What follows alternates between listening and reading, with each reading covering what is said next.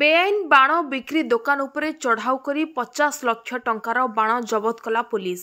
गजपति जिला पारलाखेमुंडी काशीनगर रास्ता उपरे थिबा दुईटी बाण दुकान उपरे आज पारला पुलिस पक्षरु चढ़ाऊ करिथिबा सूचना रही।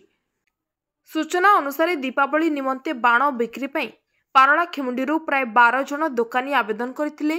बहु समय एवं समस्त तदंत परे अन्य मानकु बाण बिक्री पई अनुमति देथिबा बेले एही दुई दुकानी को अनुमति मिली नथिला, कारण एमानको दुकान उपरे 11 केबी विद्युत तार जाइथिबा दर्शा जाइथिला। बाण बिकिबानी अनुमति मिलिबा आशारे पूर्वरु बहु बाण गच्छित रखिथिले। जेतेबेले अनुमति मिलिलानी बाण गुड़िकु लुचि छपी बिक्री करुथिले। यार खबर पाई गजपति आरक्षी अधीक्षक जतेन्द्र कुमार पंडा उपस्थिति रे एसडीपीओ माधवानंद नायक सह अन्य पुलिस अधिकारी माने उपस्थित रही दुईटी दुकान उपरे चढ़ाऊ करथिले।